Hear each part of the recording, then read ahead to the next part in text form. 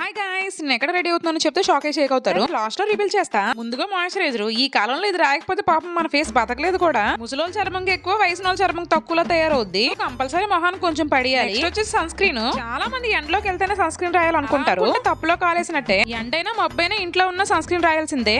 Main గా ఇది మన ఏజింగ్ ప్రాసెస్ ని స్లో చేస్తుంది. లైన్స్ రింకిల్సే కాకుండా ల్యాప్టాప్ నుంచి వచ్చే రేసు, వంట నుంచి వచ్చే వేడి నుంచి కూడా మొహాన్ని కాపాడుతుంది. ఇబ్బంది కూడా సన్ ప్రొటెక్షన్ తో వాడేదాన్ని. ఈ చలికాలం కాదు సరిపోవట్లేదు. బోరో ప్లస్ యూస్ చేస్తున్నా.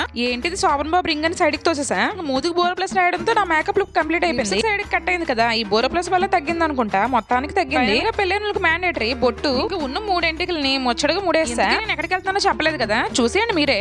సాంప్రదాయిని సుప్పిని శుద్ధ పూసని.